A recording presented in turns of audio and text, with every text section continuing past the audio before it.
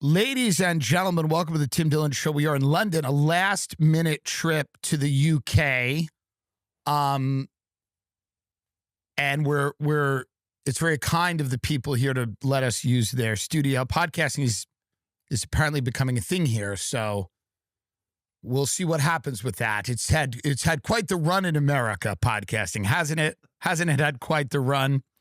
And some people not so thrilled with podcasting and the direction it's gone in.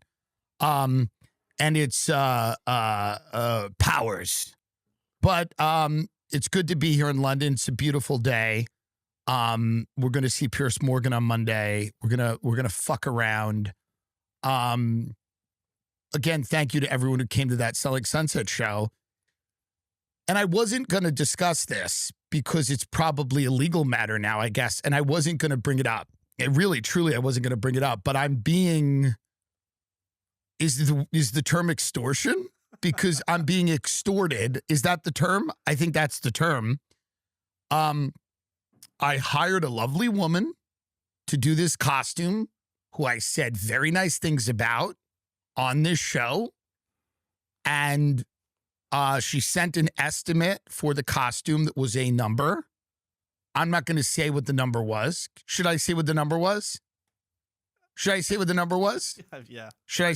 It was $25,000 was the estimate, okay, for the costume. Now, that's very high, but that's okay. We paid a down payment of $12,000 for the costume because it was going to be, a very extravagant, beautiful costume, which it was. And we thank her for her work. Now, an estimate is an estimate. We get it. But at no point during the costuming process, now she has called this haute couture. It was a costume. It's not haute couture.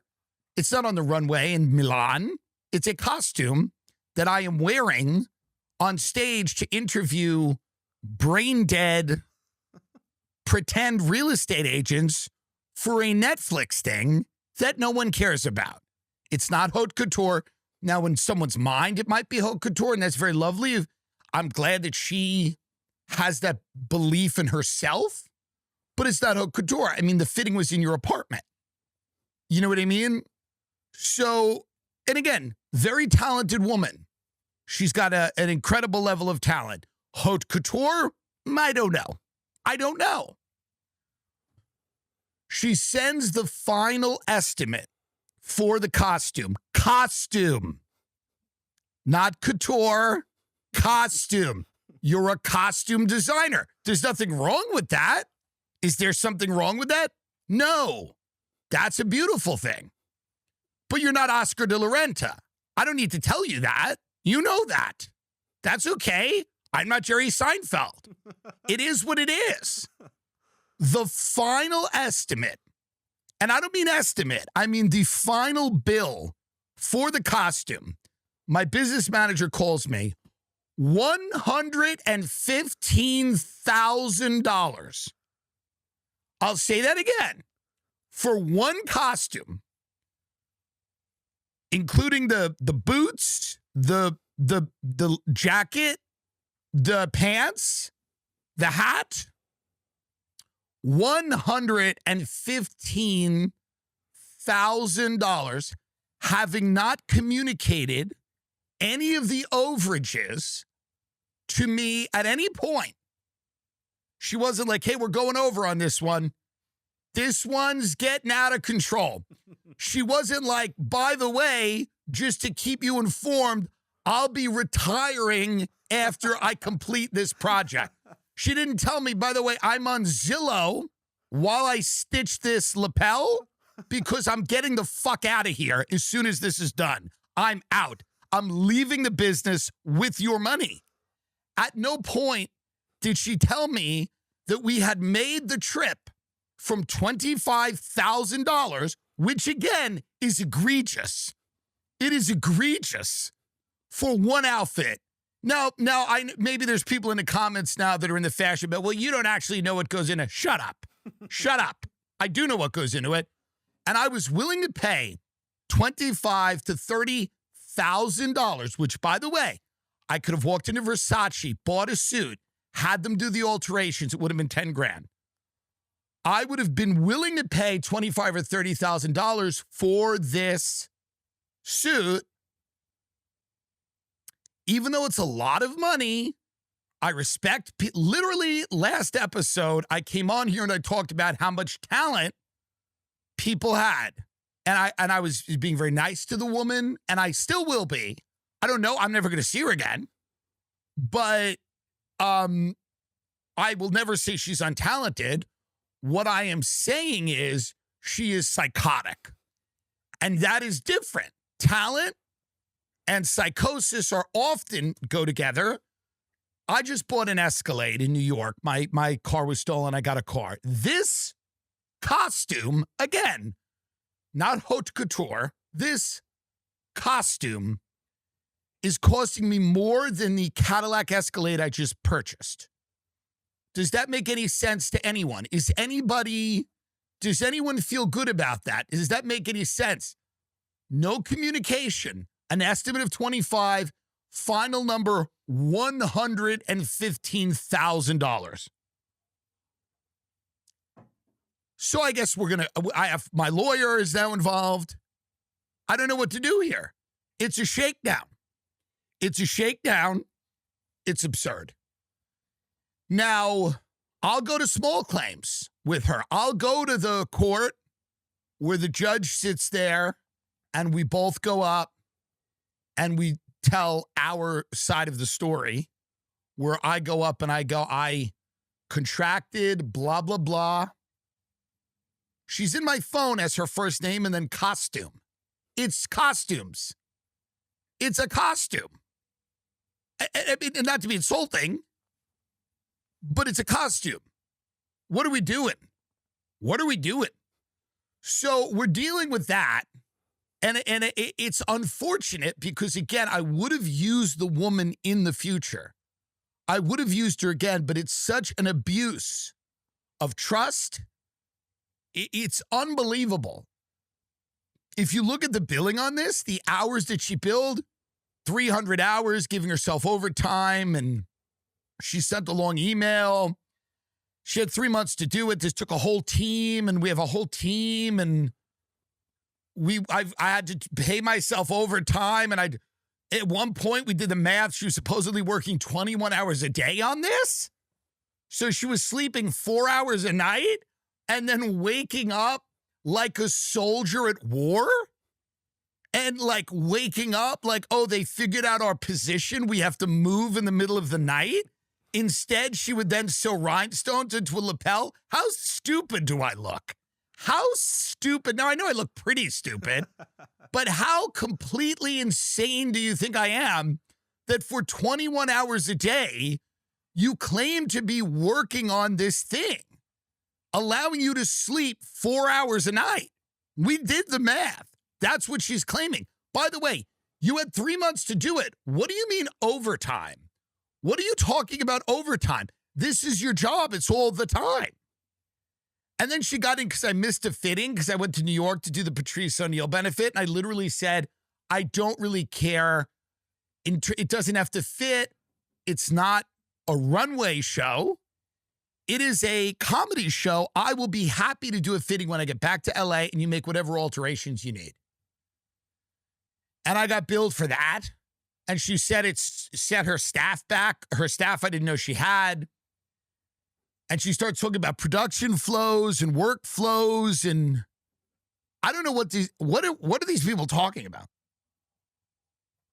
Now, I can't say anything more about this because I'll be sued for slander. That's the thing. So I'm not saying anything about this person. I'm saying this is an imaginary thing that we're all talking about here. And you can't sue me. By the way, you cannot sue me for slander if I don't say the name, right? Right? But I'm saying that. I'm not saying the name. I'll sue you. Not you, but you know. I don't want to sue anyone. I've never sued anyone. I've never been sued, but you're doing something crazy right now, and I don't know why you're doing it. I don't know why you're doing it. It's wrong.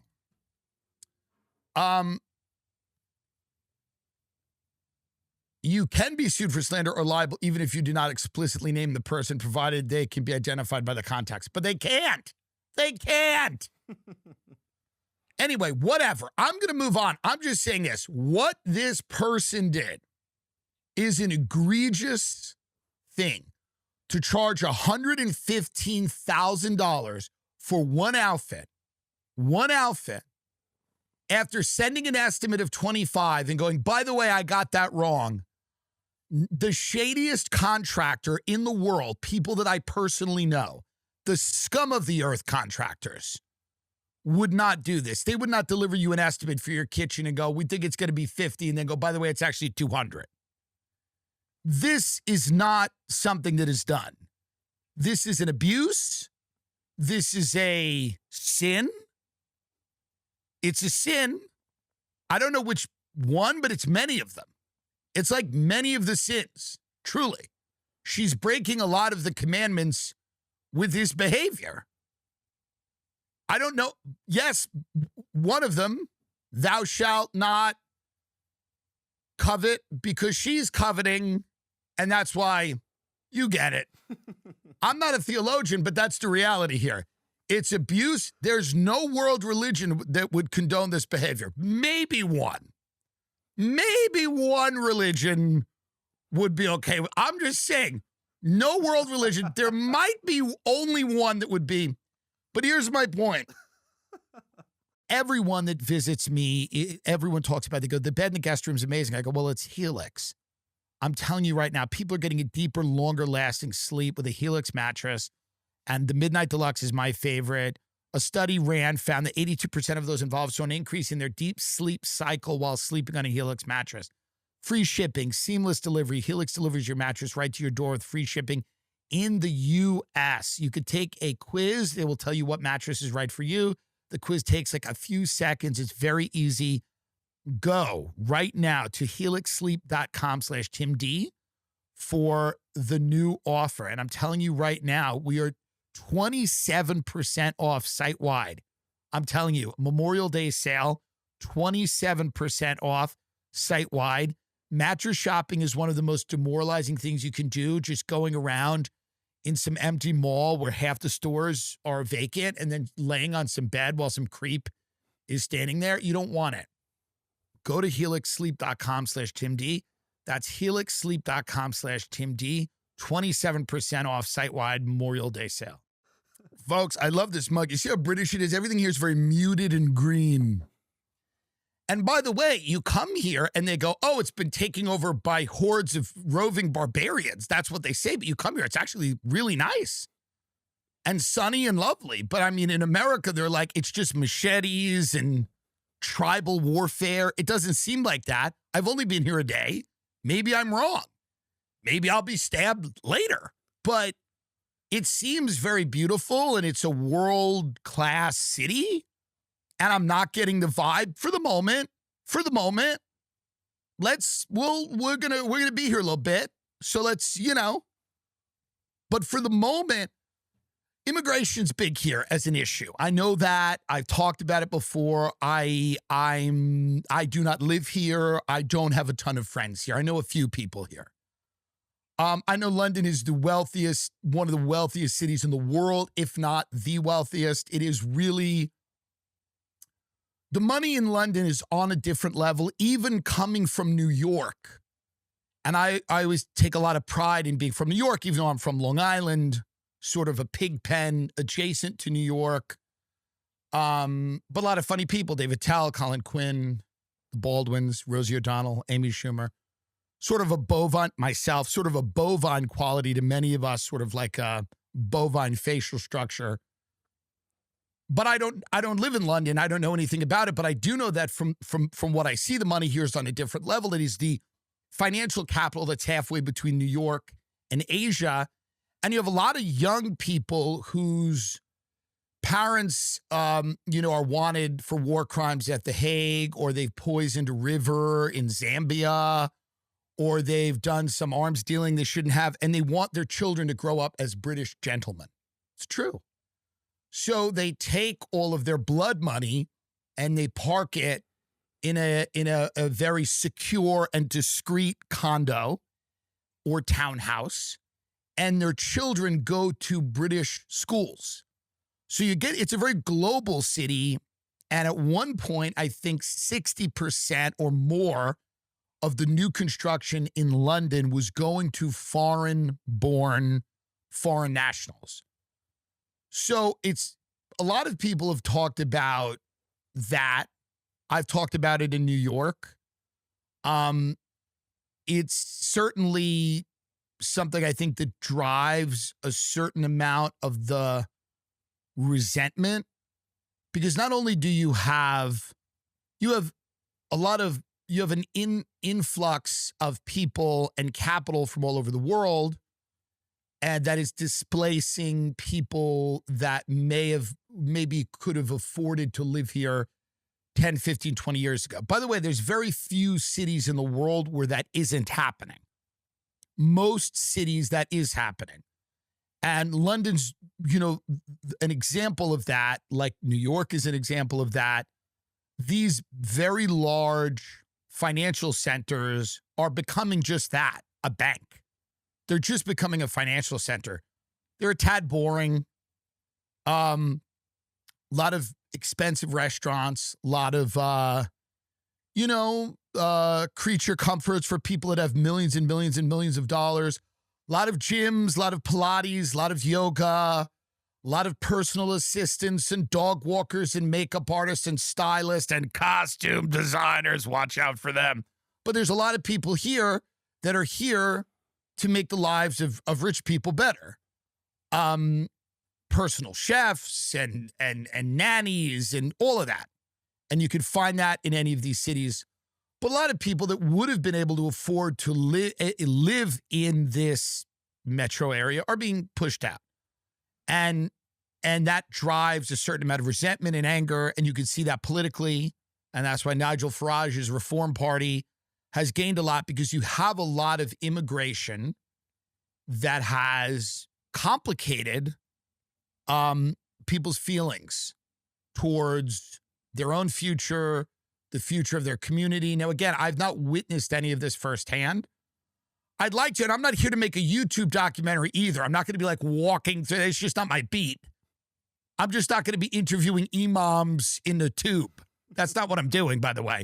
I'm going to have dinner with a few people, and they're going to say some things that are vaguely racist, and then I'll basically kind of transcribe them and then make them appropriate for YouTube. But I'm not going to be doing like docs. And God bless the people who do that. It's just not what I do. So I'm going to, I'll be around. I'll be, kind of doing the best that I can in terms of like gauging. Because, by the way, we come from the UK. So our system of government is from the UK. And you might be looking into where we're going. The free speech laws, I don't know how real that is, by the way. It's probably very real, where if you say certain things, people show up at your door and like arrest you. Okay? But not about costume people, and not in America. So don't try that. And I would gladly go to jail like Gandhi instead of pay this money. Moving on, it's not about me. It's about the global financial system. But I don't know, but all we hear in America is that the UK free speech laws are draconian. Is that true, do you think? It's not. Interesting. Yeah, so I don't know. I'm here not knowing, only hearing. So again, and I'm not here to do an investigative report. This is not a deep dive. I'm just going to fuck off and talk to some people. Like one guy just shook his head. He's like, it's not that bad. But then there are instances where we see people that are getting in trouble for things they've said on social media. I don't really know. So we don't really know. My Twitter, which I don't even use, my ex, is on my producer's phone. He'll go right to jail. He'll go right to jail for what he's done. Truly. He'll go right to jail. He'll go right to jail, and I'll take a train to Paris. I don't give a fuck. Doesn't matter. It doesn't really matter. One thing I want to talk about here because I think our next episode will have more about the British, what's going on here, because frankly, I got here last night. I don't know. I'm unaware. Supposedly, there are large swaths of the UK that are, I guess, majority Muslim communities, and there are people that have varying degrees of comfort with that. Again, this is something I haven't really witnessed at the moment. I did remember checking in to the hotel last night, lovely Indian man named Joseph. And I go, what's your name? He goes, Joseph. I go, really? And he goes, yeah, I'm Catholic. I go, interesting. And he goes, I'm from India. And I go, what's going on here? Is the hotel busy? And he goes, well, a lot of tourism to London, as you know, he goes, is from the Middle East. So we've fallen off. And I go, well, I just want to apologize for this war and for our president and for our bestie, Israel. And I get it. And he goes, yeah, he goes, I was just in Qatar and they're stabilizing or normalizing. But by the way, the UK news is so much better than the American news. It is so much more in-depth. The people are scary looking on the UK news. Like the actual anchors are terrifying looking. So you know how bad things are like immediately. As soon as you turn on the TV, you're like, Jesus Christ. But they go very deep into the global financial recession crisis that is coming because of the Straits of Hormuz, oil. And we're not doing that in America. Wonder why, but we're not. And I don't think people are prepared for what is coming economically. I don't think people have a clue. I think people think the war is over. It was a bad idea. We shouldn't have done it. Oopsie. We'll spin it as to like we could have won but didn't want to. That'll be the spin. We could have killed them, but we didn't because we're a merciful nation. God only knows what spin we will have on this. We would have killed them and should have, but we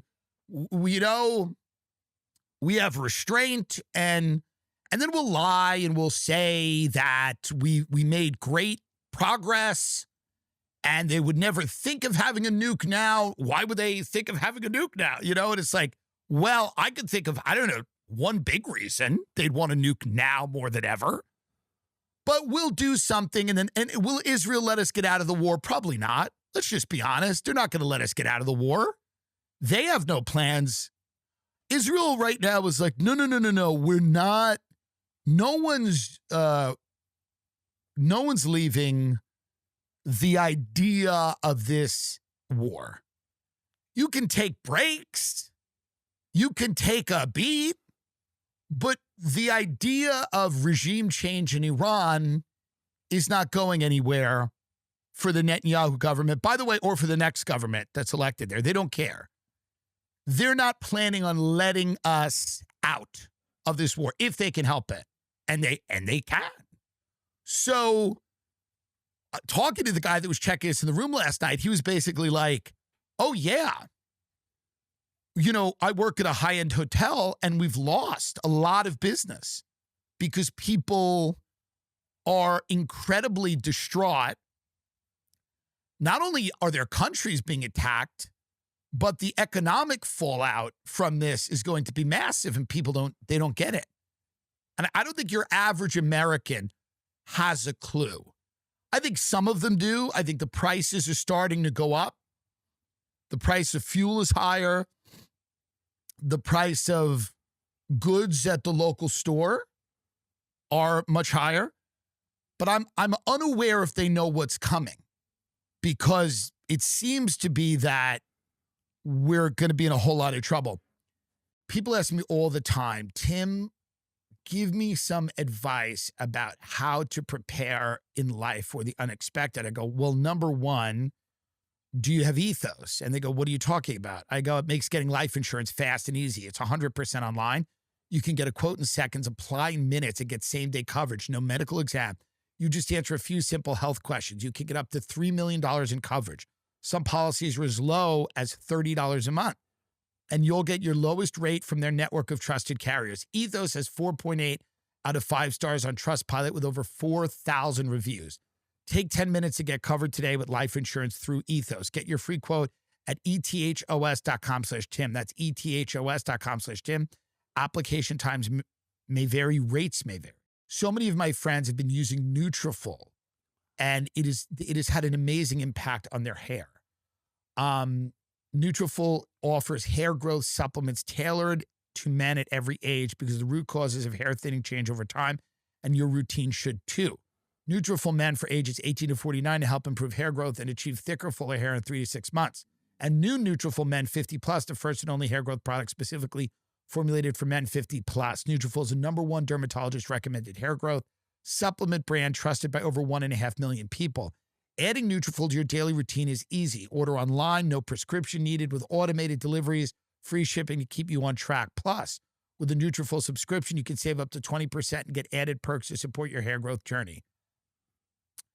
Enter promo code TIM for $10 off your first month subscription and free shipping. That's Nutrafol. Nutrafol.com, promo code TIM.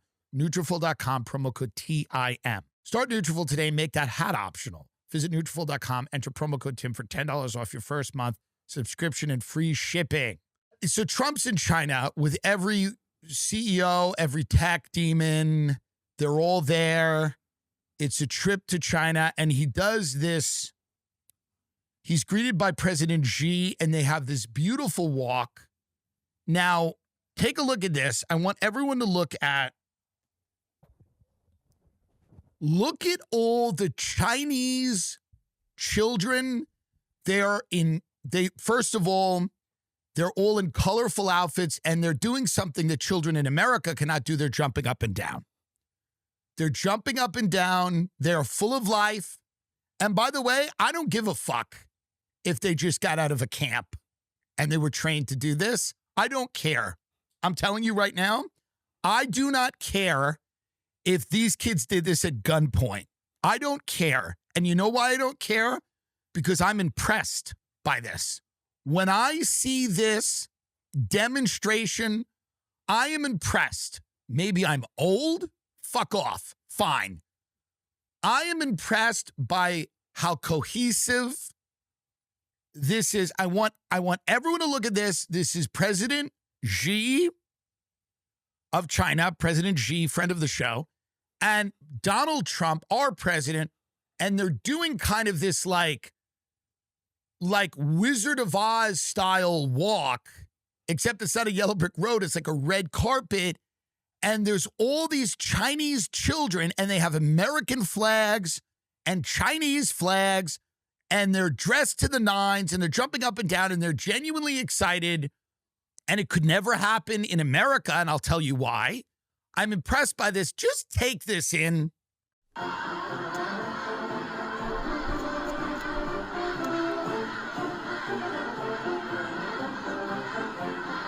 Amazing.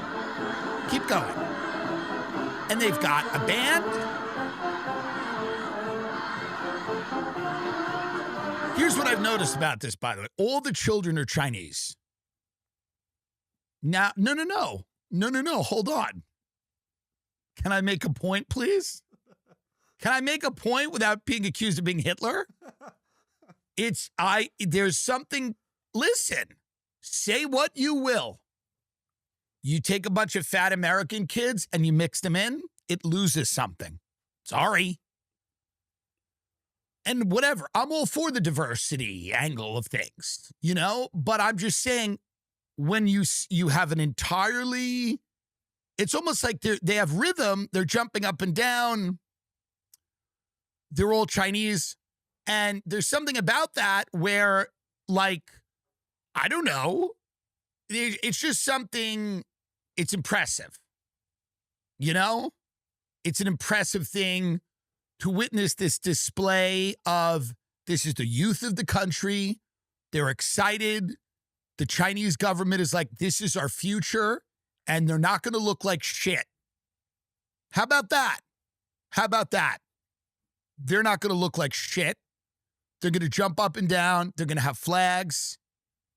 Now, by the way, in America, can you imagine a foreign leader meeting our children?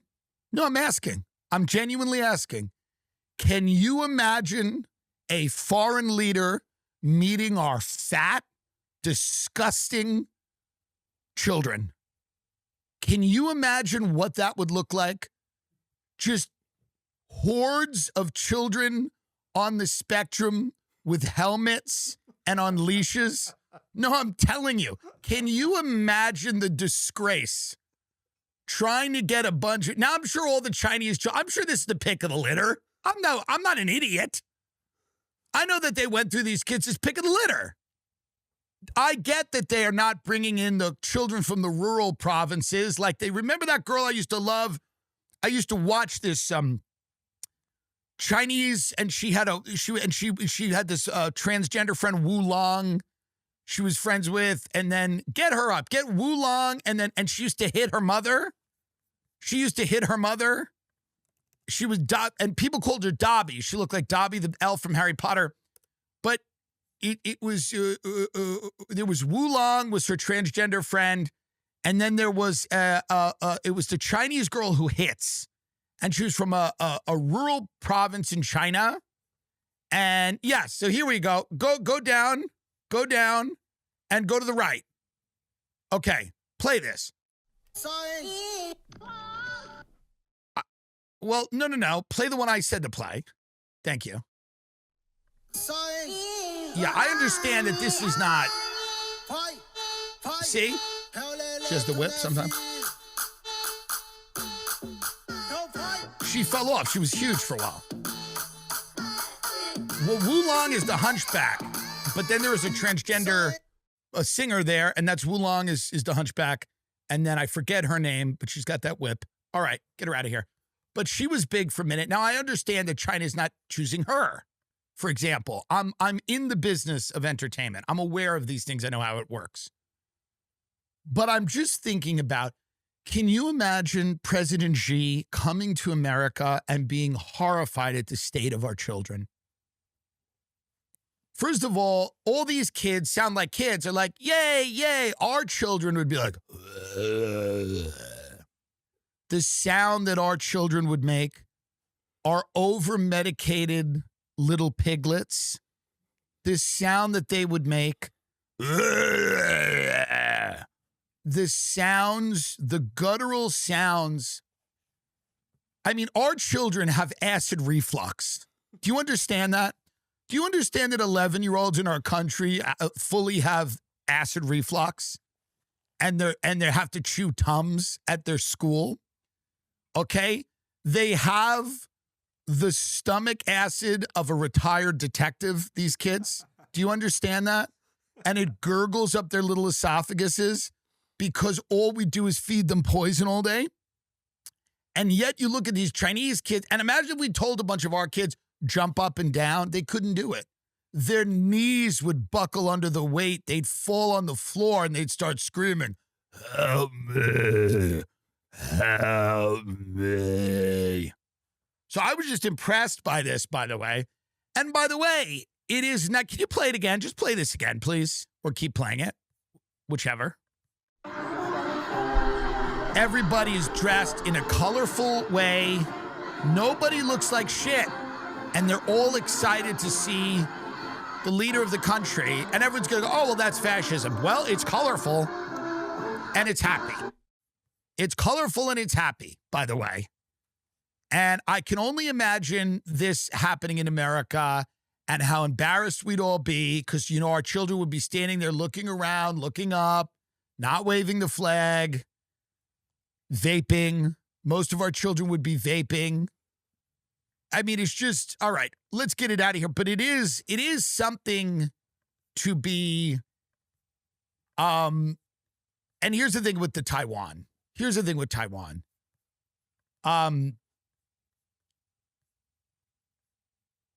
Because President Xi has basically said, listen, we'll work with you on AI.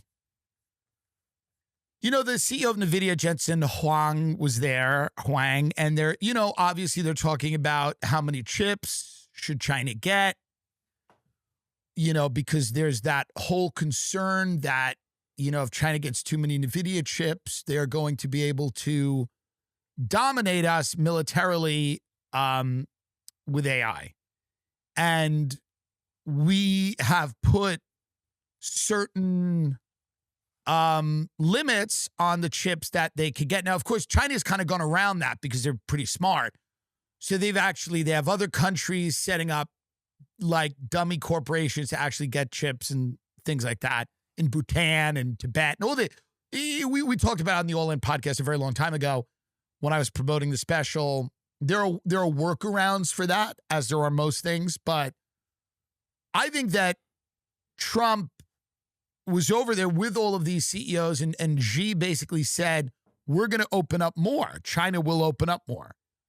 Economically, we will open up more. We can work with you on AI, but his red line is Taiwan. He really considers Taiwan to be part of China. And China doesn't believe in going to war unless they absolutely must.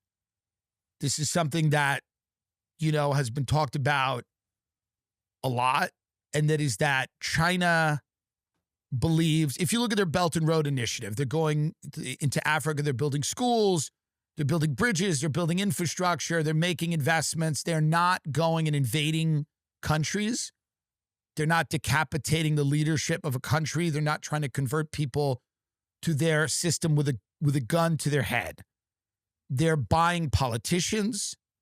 And this is how I see, and I think a lot of smart people that I know, much smarter than me, see what will happen with Taiwan. That they're going to end up taking Taiwan without firing a shot. There will be some kind of reunification vote. And at that point, China will have purchased a lot of the political opposition to China in Taiwan. They're going to go in, they're going to spread a lot of money around, and they're going to make it an inevitability that Taiwan reunifies and becomes part of China. Now, Taiwan's making a lot of our chips, a lot of these chips that we're talking about. This is where they are being manufactured, is Taiwan. There is a big national security interest in Taiwan, far, far more than Ukraine, by the way. Ukraine is a financial interest. They have trillions of dollars of minerals. They have a lot of fertile farmland. They're the breadbasket of Europe, whatever. But there's no national security interest that the United States has in the Ukraine. But they certainly have one in Taiwan because of the industry that is pretty much headquartered in Taiwan, which is, the manufacturing of these chips, this kind of high-end manufacturing. And so China is very well aware of that. And as are we. So Taiwan is the big sticking point here. And China is going to most likely take it without firing a shot. Chinese leader Xi Jinping warned President Trump that any mishandling of Taiwan could lead to, quote, an extremely dangerous situation, directly raising a point of tension that has loomed over what the U.S. president said at the start could be, quote, the best summit ever. Xi's remarks, while in line with China's longstanding position, threatened to dim the mood of a visit both countries hoped would stabilize ties. The meetings that began Thursday morning at the Great Hall of the People, I like the name of that, by the way. The Great Hall of the People in Beijing were billed as a gathering of superpowers to quell economic and trade disputes. The topics were indeed raised, including discussion of U.S. trade ties, U.S. access to the Chinese market, Beijing's investment in U.S. industries, and its purchases of American agricultural products. Xi, however, aims to weaken the U.S. commitment to Taiwan, a self-governing democracy that Beijing seeks to bring under its control. We got to deal with China. We have to deal with China. This is not like, we cannot have an overtly adversarial relationship with China. It's not going to work. We cannot go to war with China. It will destroy all life on Earth. We cannot treat China like Iran. We can do none of this, by the way. Economically, I think, they hold most of our debt. 90% of our antibiotics are made in China, among other things. So, not to say anything of semiconductors or whatever, like, if you want to talk about two economies that at this point are pretty inextricably linked. And the two superpowers left are the US and China. There is no option to antagonize China unnecessarily. There's just not. Trump's comment, great place, incredible, China's beautiful. Well, there you go. There are psychopaths in our government that would like to have a war with China. Why? Well, they would like a substantial reduction of the population on Earth. They would like a reset. They would like to wipe away a lot of America's debt. And they do not mind a conflict with China that could turn nuclear. I mean, there's people that believe that. There are people that believe that a war with China is inevitable, and at some point, it's just going to happen. They are psycho. They're motivated by religion. They're motivated by money, whatever they're motivated by. These people exist, and they believe it, and they'll tell you with a straight face that within 5 to 7 years, you're just going to be in a war with China, and there's nothing you could do about it. They'll tell you that at a dinner between the appetizer and the entree, that within 5 to 7 years, you have to get ready for a war with China, like a hot war with China. And you go, no, we can't beat Iran. There's no more war here. We can't do it. We're not built for it anymore. The country's not built for war. We're built for Tik Tok. We're built for bullshit. We're not built for war. It's not a war. We're just not built for it anymore. Sorry. This doesn't work anymore. Build the drones if you want. Maybe, I'm sure that'll be, we're phasing people out of the war business, and we're phasing in the machines. And they want to draft. Palantir and all these people want to draft. And by the way, now that I see these live streamers in Miami just going up to people, harassing people in the street and getting charged with attempted murder, maybe we should have a draft. To be honest, I mean, I might be going the other way on that. I'm like not a fan of a draft, but the level of sociopathy that has been unleashed by our social media sites, I don't know. Are they that much worse off in Iran? I mean, it's unbelievable. So hopefully there's a middle ground between shipping them to Iran. But there's this idea that conflict between us and China is inevitable. Not only is it not inevitable, but it will be the end of the world, which some people want. Some people want that because they look at the post-World War II system. They go, it's not going to work. We owe too much money. We owe $40 trillion, $41 trillion. It goes up every year. We're not going to be able to get out of this. We're going to head towards hyperinflation. So we need a large war.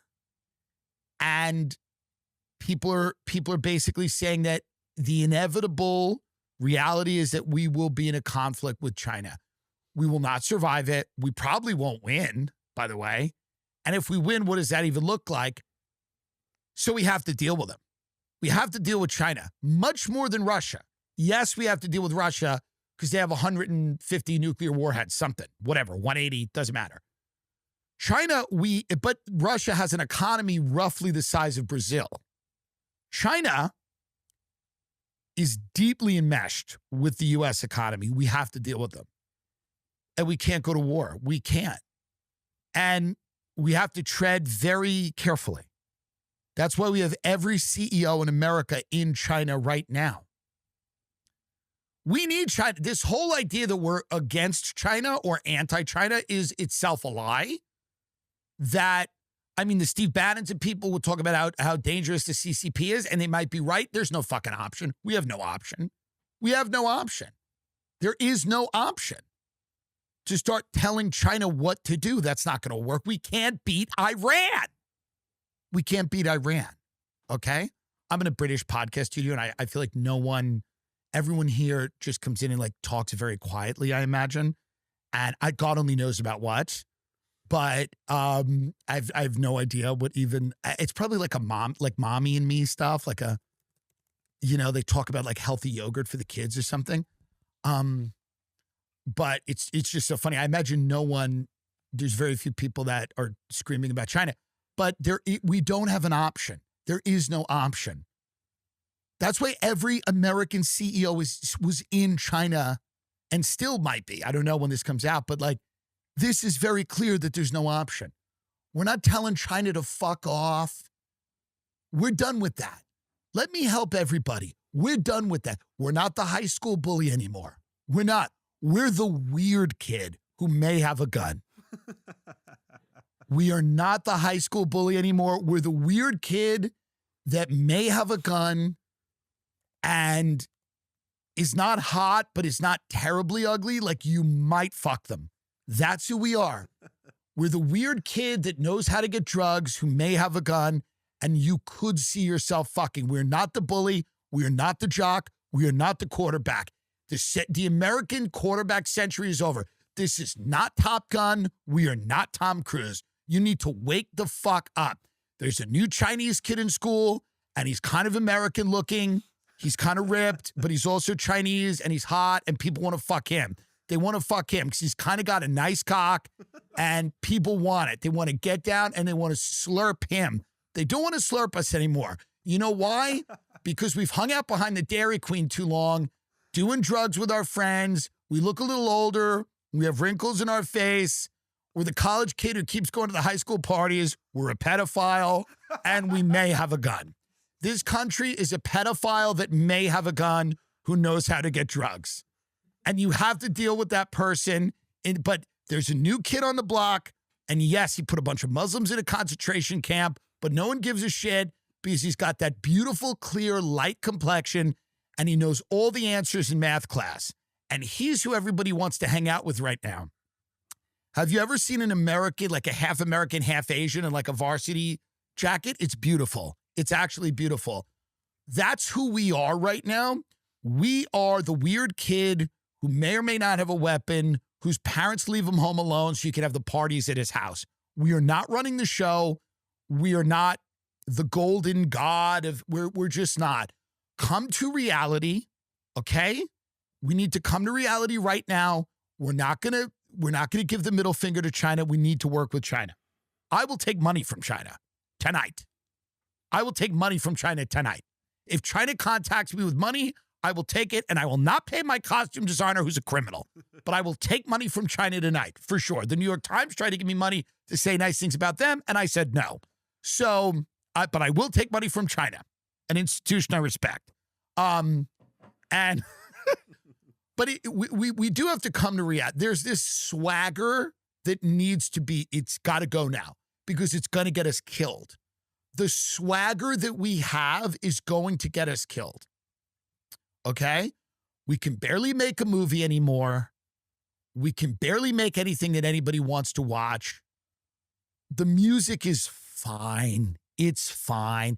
When I grew up, you had great pride in the things that we made. And yes, a lot of them were cultural. Whatever. We can barely even do that anymore. Our entertainment industry is a joke. It's becoming a joke. Okay? So we can barely do any of that. And outside of a few cities, our infrastructure is crumbling. I'm not a doom and gloomer. I think there's a way back, but there's not a way back to us running the whole fucking world. So let's get realistic here. Let's get realistic. Stop the swagger, okay? And start to honestly assess if the Iran war, honestly assess what can and cannot happen. If the Iran war didn't wake you up and doesn't show you the limits of American power, you're insane. Truly. If the Iran war did not show you the limits of American power in this century, you are crazy.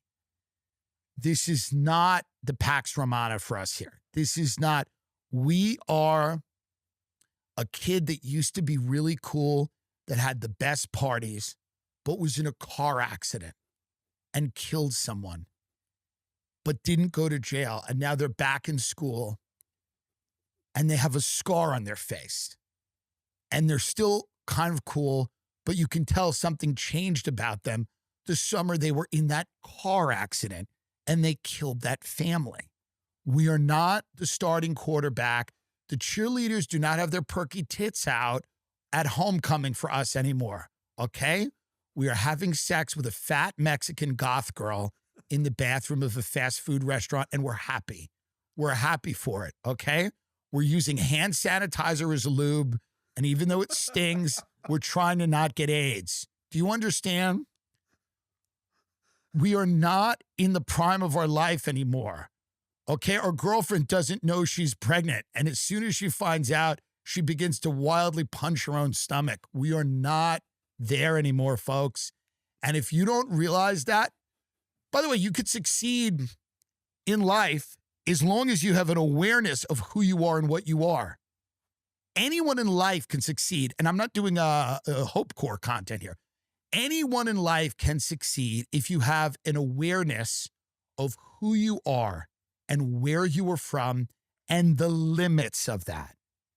If you are unaware, you will fail. If you do not interface with the world as the world sees you, you will never be able to put anything together. If America keeps going around the globe like we own it, we're going to get in more disasters. It's going to be embarrassing. Our economy is going to collapse. The dwindling amount of allies we have are going to be far fewer. And we need to understand who we are. There's nothing wrong with being any of the people that I mentioned here, any of the people that I've described. There's worse people to be. Okay? You don't have to be the starting quarterback. You don't have to be the jock. You can get by and even thrive as another kid, as another person. But if you do not realize who you are, you're going to be in deep trouble. So it's one of the reasons I came to London to figure out what's going on here, to see some friends and chat and get an understanding of what's going on, and what's happening. I think, the U.S. dominates the headlines so much, but the U.K., specifically Britain, has been a major driver of news globally as well because of a lot of the issues around migration, the economy. The summer's coming. You know what that means? There's going to be bugs everywhere, spiders and crickets and locusts and things that fly. Well, here's what you do. Pestie, you can get started at $35 per treatment with a customized plan based on your location, bugs, and climate. It's a do-it-yourself kit. There are no strangers in your house or appointments to make time for. Pestie gets rid of over 100 different types of bugs, from spiders to ants to roaches to scorpions. It's kid and pet friendly. The pesticides they ship are fully registered and have been used in hospitals and schools all over the country. Pestie offers 100, hospitals, they'll use anything, but whatever. They doesn't exactly make me feel great, but I'm kidding. I know Pestie, and I know it, and it's great. Pestie offers 100% bug-free guarantee or your money back. If the bugs don't go away, you'll get a full refund. Kit includes a sprayer, mixing bag, pesticide gloves, and instructions you can complete in less than 10 minutes. I've used Pestie at my new apartment, and the ants are gone, except one of them who I like, who I am saving, who's proven himself that he doesn't need to go, but we keep a watch. Keep the bugs away with Pestie. Go to pestie.com/Tim for an extra 10% off your order. That's pestie.com/Tim for an extra 10% off. Keep the bugs away with Pestie. So many people right now come up to me and they talk to me about their cholesterol. And a lot of people go, I just got put on a pill or whatever. So Dose for Cholesterol is a way to self-manage your cholesterol health that's gentler on the body, and it's an alternative to conventional therapies. It's a daily 2-ounce shot, and it's very easy. It tastes like mango, no capsules, no powders. This is great. You might not need a pill if you've done this for a few years. It uses ingredients like turmeric, CoQ10, amla, and other plant and mineral-forward ingredients so you're not putting a bunch of BS in your body. Dose for Cholesterol is amazing. I'm telling you, everyone that I know is using it. It is lowering their numbers. They have so many great products in general on their website. They have tons of great products over there, by the way. New customers can save 35% on your first month of subscription by going to dosedaily.co/TIM or entering TIM at checkout. That's dosedaily.co, entering TIM at checkout for 35% off your first month's subscription. That's great. All right. We'll end here by talking about the Spencer Pratt mayoral campaign in LA. I'm agnostic, and I'll tell you why. I don't care what happens to California. I have no investment in Los Angeles. I like it. I would rather it not collapse. It's my investment, literally. It is I've sold my home. I'm in a rental. The other day in my building, a maid's backpack vacuum exploded on my floor. She ran out of the building, didn't tell anyone, and the floor went on fire. We opened the fire doors to the elevator. Me and two of my friends, we just saw fire. We ran down 15 flights of stairs. Frankly, I don't care anymore. I don't care. The state is like a level from Super Mario Brothers where everything is trying to kill you. And I do believe eventually, like anything else, it will get you. They will get you. If you stay in California, it will get you. It's like Final Destination. You can keep tempting fate, but if you stay in the Los Angeles area, I'm not talking about Santa Barbara or Orange County or San Diego, but if you stay in the Los Angeles area, much like Final Destination, you will think you have escaped, but no, you will be killed by some event, some car crash piling up, an exploding vacuum, another wildfire, a knife to the neck. Who knows? I'm just telling you right now, it's going to get you. One thing I will say, now listen, here's why I'm agnostic. Spencer Pratt is not qualified to be the mayor, but how much worse can it get? How much worse can it get if this guy wins? Karen Bass sucks. Nithya Raman's no good. How much worse could it get with Spencer Pratt? Now, by the way, here's the answer. Maybe much worse. I don't know. That's why I'm agnostic. I don't care what happens. I don't care. I'm not from there. I like LA. There's moments I love LA, but it's really more of a like. And people are going to do what they're going to do. It's an important city. New York is number one. In our country, LA is number two. New York and London are, vie for the top spot globally. Tokyo, New York, London, things like that. LA is not in the conversation because of things like this. If elected, reality show cameras will roll in the office. So Spencer Pratt, by the way, this is where if I was on his campaign, I would say, listen, you've made some good points. Why are you about to do this? Spencer Pratt could be back to reality show biz if he's elected mayor of LA because he signed a contract to document the first family of LA. This is the type of thing that shows the problem with him. This is the problem. It's not necessarily that his ideas are bad or that he's wrong about how incompetent and corrupt the leadership of Los Angeles is. It's the idea that Pratt inked a deal with LA production company Boardwalk Pictures to roll cameras as he runs for mayor. The production team is about to begin filming with Spencer, his wife Heidi Montag, and their kids throughout his political journey. This right here gives you the idea that this man is unfit. You do not you do not need to be on another reality show. What's really interesting, our sources, and by the way, maybe this is a lie, and I don't want to say something that may not be true. Our sources say filming would not stop if Spencer gets sworn in office. The contract specifically provides that the show would go on. So, sources say that Heidi Montag and the kids are a big part of the show. She's living outside LA with the kids in the aftermath of the fires, but Spencer is spending most of his time in LA running for office. If he wins, they'll presumably be living in the mayor's mansion in the Hancock Park area of LA. So he's going to be back on reality TV. So that's what's going to happen if he wins. People are going to go, "What are you watching?" And you're going to go, "The mayor of Los Angeles." I'm watching the government of Los Angeles? Should everybody just be required to be in a reality show? Should every politician just be required to have cameras in every room?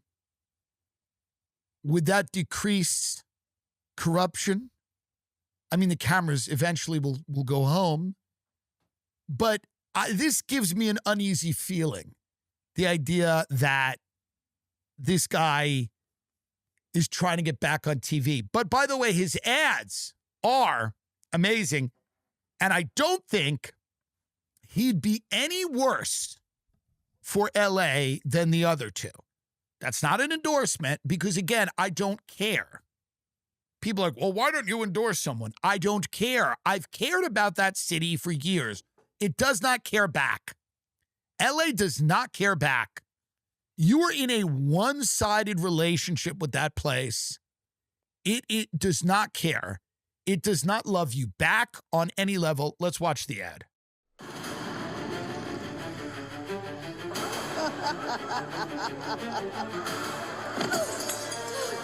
Please, I'm begging you. There's homeless drug addicts in front of the schools. My children aren't safe. Look, if you were a transgender migrant, I could get you a free pussy. Let's move the drug addicts closer. I mean, it is funny. Bass already solved crime. I endorse her. Next!